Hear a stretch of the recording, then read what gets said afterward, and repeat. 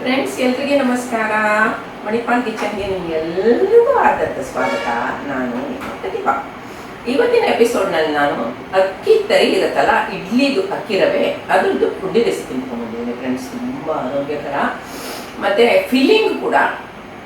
ನಾನು ಕರೆಕ್ಟಾಗಿ ವಿಡಿಯೋನಲ್ಲಿ ಇನ್ಸ್ಟ್ರಕ್ಷನ್ಸ್ ಎಲ್ಲ ಹೇಳಿದ್ದೀನಿ, ಇಂಗ್ರೀಡಿಯೆಂಟ್ಸು ಹಾಕಿದ್ದೀನಿ. ಟಿಪ್ಸು ಅಂತ ಹೇಳಿಲ್ಲ, ಬೇಕಾದರೆ ಹೇಳ್ಬೋದು, ಆ ಥರ ಹಾಕಿದ್ದೀನಿ. ಅದೆಲ್ಲ ಫಾಲೋ ಮಾಡ್ಕೊಂಡು ಮಾಡಿದ್ರೆ ಬೆಳಿಗ್ಗೆ ಮಾಡಿದ್ದು ಉಂಡೆ ಇದೆಯಲ್ಲ, ಅದನ್ನು ರಾತ್ರಿ ತಿನ್ಬಿಟ್ಟು ನಾನು ನಿಮ್ಗೆ ತೋರಿಸಿದ್ದೀನಿ ಇವಾಗ ವಿಡಿಯೋದಲ್ಲಿ.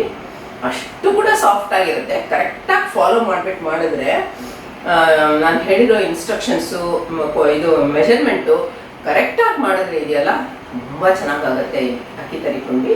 ನಿಮ್ಗೆ ಬೇಕಾದರೆ ಇದಕ್ಕೆ ಕ್ಯಾರೆಟು, ಗ್ರೀನ್ ಪೀಸು ಎಲ್ಲ ಹಾಕೋಬೋದು. ನಾನು ಸಾಂಪ್ರದಾಯಿಕವಾಗಿ ನಾವು ಕೊಂಕಣೀಸು ಅಥವಾ ಇಲ್ಲಿ ಸೌತ್ ಕೆನರಾದಲ್ಲಿ ಉಡುಪಿ ಮಂಗಳೂರು ಸೈಡಲ್ಲಿ ಮಾಡುವ ಹಾಗೆ ಮಾಡಿದ್ದೀನಿ. ನೋಡಿ, ಇದು ನಿಮಗೆ ಸ್ವಲ್ಪನಾದರೂ ಇಷ್ಟ ಆಗಿದ್ರೆ ವಿಡಿಯೋಗೆ ಒಂದು ಲೈಕ್ ಕೊಡಿ. ಈ ಲಿಂಕ್ನ ನಿಮ್ಮ ಫ್ರೆಂಡ್ಸ್ ಜೊತೆ, ರಿಲೇಟಿವ್ಸ್ ಜೊತೆ ಶೇರ್ ಮಾಡಿ. ವಿಡಿಯೋನ ಮೊದಲಿಂದ ಕೊನೆ ತನಕ ನೋಡಿ ಅಂತ ಹೇಳಿಬಿಟ್ಟು ಮುಂದಿನ ವಿಡಿಯೋದಲ್ಲಿ ಸಿಗೋಣವಾ. ಎಲ್ರಿಗೆ ನಾನು ಪ್ರತಿಭಾ. ಮಣಿಪಾಲ್ ಕಿಚನ್ಗೆ ನಿಮಗೆಲ್ಲ ಸ್ವಾಗತ ಫ್ರೆಂಡ್ಸ್. ಇವತ್ತು ನಾನು ನಿಮಗೆ ಒಂದು ಬೆಳಗಿನ ಉಪಹಾರಕ್ಕೆ, ಬ್ರೇಕ್ಫಾಸ್ಟ್ಗೆ ಪುಂಡಿ ರೆಸಿಪಿನ ತೊಗೊಂಬಂದಿದ್ದೀನಿ. ಇಡ್ಲಿದು ರವೆ ಇರುತ್ತಲ್ಲ, ಅದರಿಂದ ಮಾಡಿರುವಂಥ ಪುಂಡಿ ರೆಸಿಪಿ ತುಂಬ ರುಚಿಯಾಗುತ್ತೆ. 30 ನಿಮಿಷದಲ್ಲಿ ಆಗುತ್ತೆ ಫ್ರೆಂಡ್ಸ್. ಏನೇನು ಬೇಕು ಅಂತ ನೋಡೋಣ. 1 ಕಪ್ ಇಡ್ಲಿ ರವೆ, ಅರ್ಧ ಕಪ್ಪು ತೆಂಗಿನಕಾಯಿ ತುರಿ ಫ್ರೆಶ್ಶು, ಹಾಗೆ ರುಚಿಗೆ ತಕ್ಕಷ್ಟು ಉಪ್ಪು. ಇದೆಲ್ಲ ಇದೆಯಲ್ಲ, ಇದೆಲ್ಲ ವಸ್ತುಗಳು ಯಾವುದು ಅಂದರೆ ಒಗ್ಗರಣೆಗೆ ಬೇಕಾಗಿರುವಂತಹ ವಸ್ತುಗಳು ನಾನು ಜಸ್ಟ್ ತೋರಿಸ್ತಾ ಇದ್ದೀನಿ. ಹಾಗೆ ನೋಡಿ, ಇವಾಗ ಇಡ್ಲಿ ರವೆ 1 ಕಪ್ಪು ಪ್ಯಾನ್ಗೆ ಹಾಕಿಬಿಟ್ಟು ಅದನ್ನು ಸ್ವಲ್ಪ ಬಿಸಿ ಮಾಡಿಕೊಂಡ್ರೆ ಸಾಕು. ಬಿಸಿ ಯಾಕೆ ಮಾಡ್ಕೊಳ್ಳೋದು ಅಂತಂದರೆ, ಫಸ್ಟ್ ಟಿಪ್ಪು ಅದು ಅಂಟಾಗಬಾರ್ದು, ಬಿಡಿ ಬಿಡಿಯಾಗಿ ಸಾಫ್ಟ್ ಆಗಬೇಕು ಅಂತ ನೋಡಿ. ಕಲರ್ ಚೇಂಜ್ ಆಗಬಾರ್ದು, ಇದು ಫಸ್ಟ್ ಟಿಪ್ಪು. ಜಸ್ಟ್ ಮುಟ್ಟಿದ್ರೆ ಬಿಸಿ ಆಗಬೇಕು. ಇವಾಗ ಈ ಸೆಕೆಂಡ್ ಟಿಪ್ ಏನಪ್ಪ ಅಂತಂದರೆ, ಅದನ್ನು ತಣ್ಣಗಾದ್ಮೇಲೆ ಒಂದು ಬೌಲ್ಗೆ ಟ್ರಾನ್ಸ್ಫರ್ ಮಾಡ್ಕೊಳ್ಳಿ. ಹಾಗೆ ಅದಕ್ಕೆ ನೀರು ಹಾಕಿಬಿಟ್ಟು ಒಂದು 10 ನಿಮಿಷ ನೆನೆಲಿಕ್ಕೆ ಬಿಡಿ.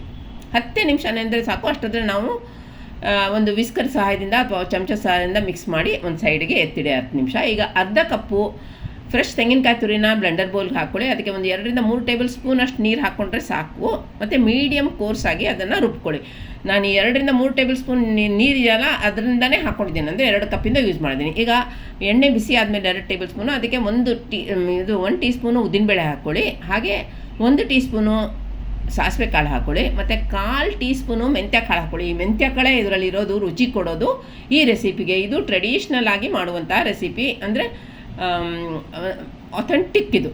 ಹಾಗೆ ಈಗ ನೋಡಿ, ಅದೆಲ್ಲ ಸ್ವಲ್ಪ ಹುರಿತಲ್ಲ. ಇವಾಗ ಕೆಂಪು ಮೆಣಸಿನ್ಕಾಯಿ ಪೀಸುಗಳು, ಹಾಗೆ ಕರಿಬೇವು ನಾನು ಪೀಸ್ ಮಾಡಿ ಹಾಕಿದ್ದೀನಿ, ಒಂದಷ್ಟು ಎಲೆಗಳನ್ನ. ಅದನ್ನು ಹಾಕ್ಕೊಳ್ಳಿ. ಚೆನ್ನಾಗಿ ಇದರಿಂದ ಕಂಬೈನ್ ಮಾಡ್ಕೊಳ್ಳಿ ಒಗ್ಗರಣೆಯಲ್ಲಿ. ಈಗ ನೋಡಿ, ಪರಿಮಳಯುಕ್ತ ಆಯಿತು, ಎಲ್ಲ ಹುರಿದು ಬಂತು. ಈಗ ಅದಕ್ಕೆ 2 ಕಪ್ಪು ನೀರು ಮಿಕ್ಸಿ ತೊಳೆದಿದ್ದು ಹಾಕಿದ್ದೀನಿ. ಬೌಲು ನಾವು ರುಬ್ಬಿದ್ದಿದೆಯಲ್ಲ, ಅದನ್ನು ತೊಳೆದಿದ್ದು ನೀರು ಹಾಕಿದ್ದೀನಿ. 2 ಕಪ್, ಒಂಚೂರು ಕಮ್ಮಿ ಹಾಕಿದ್ದೀನಿ, ಯಾಕಂದರೆ ರುಬ್ಲಿಕ್ಕೆ ನೀರು ತೊಗೊಂಡಿದ್ದೀನಿ ಅದರಿಂದ. ಈಗ ರುಚಿಗೆ ತಕ್ಕಷ್ಟು ಉಪ್ಪು ಹಾಕ್ಕೊಳ್ಳಿ. ಮತ್ತು ನಾವು ರುಬ್ಬಿದ್ದು ತೆಂಗಿನಕಾಯಿ ಇದೆಯಲ್ಲ, ಈಗ ತಾನೇ ಅದನ್ನು ಪೂರ್ತಿ ಹಾಕ್ಕೊಳ್ಳಿ. ಮತ್ತು ಅದನ್ನು ಚೆನ್ನಾಗಿ ಕುದಿಲಿಕ್ಕೆ ಬರಬೇಕು. ಅದು ಕುದೀತಾ ಇದೆ ನೋಡಿ ಈಗ. ಹೌದಾ, ನಾನು ಇದಿದೆಯಲ್ಲ, ಅಕ್ಕಿ ರವೆ ನೆಂದಿದ್ದನ್ನು ಇದರಲ್ಲಿ ಹಾಕಿಟ್ಟಿದ್ದೆ ಸ್ಟ್ರೈನರಲ್ಲಿ, ಅದನ್ನು ಹಾಕ್ತಾಯಿದ್ದೀನಿ. ಮೆತ್ತಗೆ ಲೋ ಫ್ಲೇಮಲ್ಲಿ ಕಂಬೈನ್ ಮಾಡ್ಕೊಳ್ಳಿ.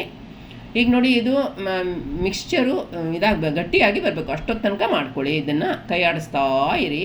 ಈಗ ನೋಡಿ, ಇವಾಗ ದಪ್ಪ ಆಗ್ತಾ ಬಂತು. ಇವಾಗ ಅದನ್ನು ಕೆಳಗಡೆ ಇಡಿ. ಕೆಳಗಡೆ ಇಟ್ಬಿಟ್ಟು ಅದನ್ನು ಆರ್ಲಿಕ್ಕೆ ಬಿಡಬೇಕು. ಆಗ ನಾವು ಹೀಗೆ ಮಿಕ್ಸ್ ಮಾಡಿದರೆ ಇದು ಎಲ್ಲ ಪ್ಯಾನ್ ಬಿಟ್ಟು ಬರುತ್ತೆ. ಈಗ ನಮ್ಮ ಕೈನ ತಣ್ಣೀರಲ್ಲಿ ಮುಳುಗಿಸ್ಕೊಂಡು, ನಿಮಗೆ ಎಷ್ಟು ದೊಡ್ಡ ಪುಂಡಿ ಮಾಡಬೇಕು ಅನಿಸುತ್ತೋ ಅಷ್ಟು ದೊಡ್ಡ ಪುಂಡಿ ಮಾಡಿ, ಮಧ್ಯದಲ್ಲಿ ಒಂದು ಡೆಂಟ್ ಒಂಥರ ಮಾಡೋದು, ತೂತು ಕೆಳಗೆ ತನಕ ಹೋಗಬಾರ್ದು. ಈಗ ಸ್ಟೀಮರ್ ಬಿಸಿಯಾಗಿದೆ. ಇದಕ್ಕೆ ಸ್ಟೀಮರ್ ಪ್ಲೇಟ್ಗೆ ಒಂದು ಸ್ವಲ್ಪ ಎಣ್ಣೆ ಹಚ್ಕೊಳ್ಳಿ, 6ನೇ ಟಿಪ್ ಇದು. ಮತ್ತು ನಾವು ಮಾಡಿರೋ ಪುಂಡಿಗಳನ್ನೆಲ್ಲ ಅದರಲ್ಲಿ ಇಡಿ ಸಾಲಾಗಿ. ಒಟ್ಟಿಗೆ ಇದರಲ್ಲಿ ನಮಗೆ 12 ರಿಂದ 14 ಪುಂಡಿ ಆಗುತ್ತೆ ಫ್ರೆಂಡ್ಸ್, ಅಷ್ಟೇನೆ.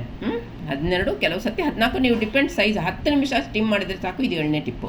ಈಗ ನೋಡಿ, ಒಳ್ಳೆ ಇದು ಸಾಫ್ಟ್, ತುಂಬ ಮೆದುವಾದಂತಹ ಪುಂಡಿ ರೆಡಿ ಆಯಿತು. ಇದನ್ನು ನೋಡಿ ತೋರಿಸ್ತಾ ಇದ್ದೀನಿ, ಎಷ್ಟು ಸಾಫ್ಟಾಗಿ ಆಗಿದೆ ಅಂತಂದರೆ. ಈ ಮೆಥಡ್ ಫಾಲೋ ಮಾಡಿದರೆ ಫ್ರೆಂಡ್ಸ್, ನೀವು ರಾತ್ರಿ ತನಕ ಚೆನ್ನಾಗಿ ಸಾಫ್ಟಾಗಿ ಉಳಿಯುತ್ತೆ. ಇದು ನಾನು ತಿಂತಾ ಇರೋದು ಸಾಯಂಕಾಲದಿಂದ ರಾತ್ರಿ ಉಳಿದಿರೋದು. ಇದು ತುಂಬ ರುಚಿಯಾಗಿರುತ್ತೆ ಫ್ರೆಂಡ್ಸ್. ಈಗ ನೋಡಿ, ಚಟ್ನಿ ಜೊತೆ ಎಂಜಾಯ್ ಮಾಡಲಿಕ್ಕೆ ಇಟ್ಟಿದ್ದೀನಿ. ನೋಡಿ ತೋರಿಸ್ತಾ ಇದ್ದೀನಿ ನೋಡಿ, ಎಷ್ಟು ಸಾಫ್ಟಾಗಿ ಆಗಿದೆ ಅಂದರೆ. ಇದನ್ನು ಸಾಂಬಾರ್ ಜೊತೆಗಿಂತ ಚಟ್ನಿ ಜೊತೆ ಎಂಜಾಯ್ ಮಾಡೋದು ಒಳ್ಳೆಯದು, ಬಟ್ ಪ್ರಿಫರ್ ಮಾಡಿದ್ರೆ ಪರವಾಗಿಲ್ಲ. ಒಳ್ಳೊಳ್ಳೆ ರೆಸಿಪಿ ಜೊತೆ ಬರ್ತೀನಿ. ಇನ್ನು ಮುಂದಿನ ರೆಸಿಪಿನಲ್ಲಿ ಸಿಗೋಣ. ಎಲ್ರಿಗೂ ನಮಸ್ಕಾರ, ಬಾಯ್.